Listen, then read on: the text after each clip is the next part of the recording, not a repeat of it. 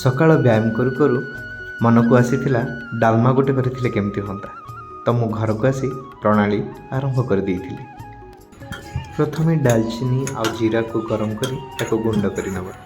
ଏହା ଡାଲମାର ସ୍ୱାଦ ଆଣିବାରେ ମୁଖ୍ୟ ଭୂମିକା ଗ୍ରହଣ କରିଥାଏ।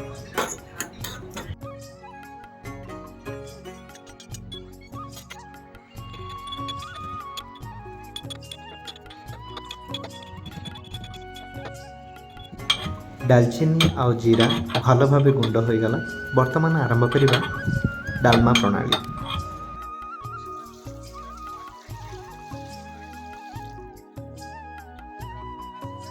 ପ୍ରଥମେ ଆଳୁକୁ ଛୋଟ ଛୋଟ କରି ତାକୁ ଅଧା ସିଝିଲା ପର୍ଯ୍ୟନ୍ତ ଛାଡ଼ିଦେବା।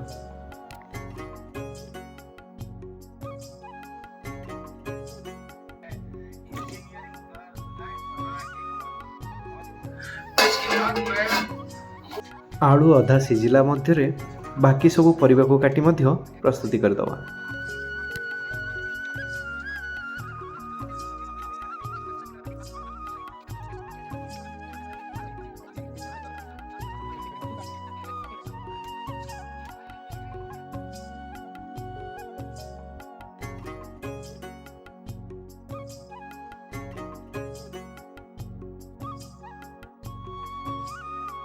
ଆଳୁ ଅପେକ୍ଷା ବାକି ସବୁ ପରିବା କମ୍ ସମୟ ନେଇଥାଏ ସିଝିବା ପାଇଁ। ସେଥିପାଇଁ ଆଳୁକୁ ଅଧା ସିଝା କରିବା ପାଇଁ ପ୍ରଥମେ ଛାଡ଼ି ଦେଇଥିଲେ।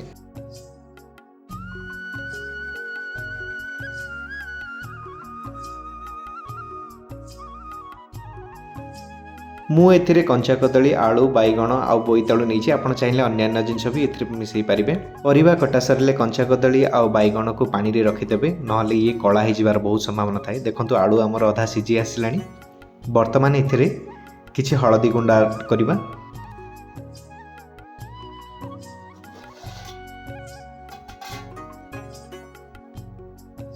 ଆଳୁ ବର୍ତ୍ତମାନ ଅଧା ସିଝା ହେଇଗଲାଣି। ବର୍ତ୍ତମାନ ଏଥିରେ ରଖିଥିବା ବାକି ସବୁ ପରିବା ପତ୍ରକୁ ମଧ୍ୟ ପକାଇଦେବା।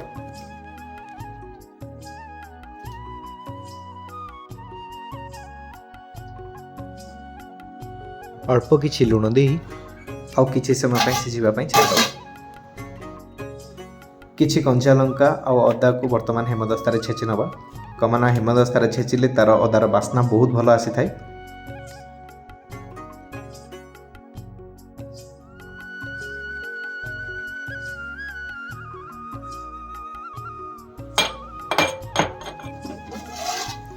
ପରିବା ଦେଖନ୍ତୁ ଅଧା ସିଝା ହେଇଗଲାଣି। ବର୍ତ୍ତମାନ ଏଥିରେ କିଛି ତେଜପତ୍ର ଆଉ ଆମେ ଛେଚି ରଖିଥିବା ଅଦା ଓ କଞ୍ଚା ଲଙ୍କାକୁ ମିକ୍ସ କରିଦେବା।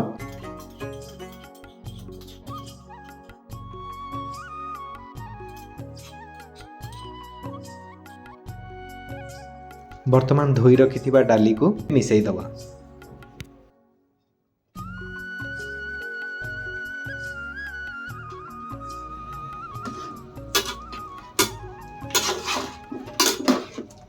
ଏବେ କିଛି ଟମାଟୋ ଦେଇଦେବା, କାରଣ ଟମାଟୋ ଟିକେ ଖଟା ଅଂଶ ବି ଡାଲମାରେ ଆସିବ। ବର୍ତ୍ତମାନ କିଛି ଗୁଡ଼ କାଟି ଡାଲମାରେ ଦେବା। ୟାକୁ ଆପଣ ଚାହିଁଲେ ଦେଇପାରିବେ, ନ ଦେଇପାରିବେ ମଧ୍ୟ।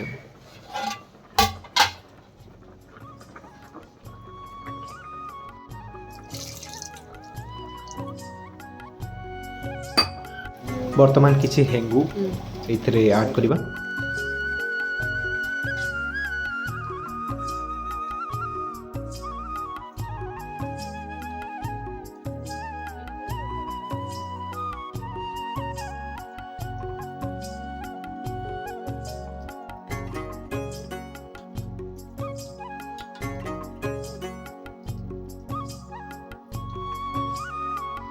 ହେଙ୍ଗୁ ଦେବା ଦ୍ୱାରା ଆର ବାସ୍ନା ବି ବହୁତ ଭଲ ଆସିଥାଏ। ଡାଲମା ହେଇ ଆସିଲାଣି। ବର୍ତ୍ତମାନ ଫୁଟଣ ପ୍ରସ୍ତୁତ କରିବା।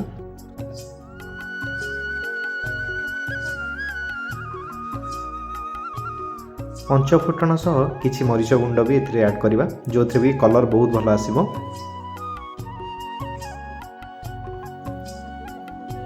ଛୁଙ୍କରେ ବର୍ତ୍ତମାନ ଟିକେ ହେଙ୍ଗୁ ମଧ୍ୟ ଏଥିରେ ଆଡ୍ କରିଦେବା, ବାସ୍ନା ଆହୁରି ଭଲ ମଧ୍ୟ ଆସିବ।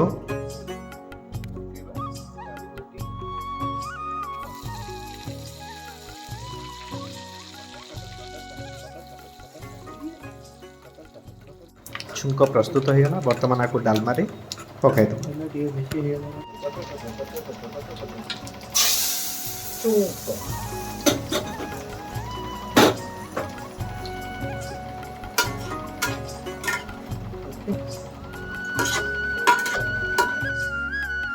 ବର୍ତ୍ତମାନ ଆରମ୍ଭରୁ ଆମେ ଛେଚି ରଖିଥିବା ଡାଲଚିନି ଆଉ ଜିରା ଗୁଣ୍ଡକୁ ଏଥିରେ ପକାଇଦେବା ଆଉ ଟିକେ ଭଲସେ ଆକୁ ଘାଣ୍ଟିଦେବା।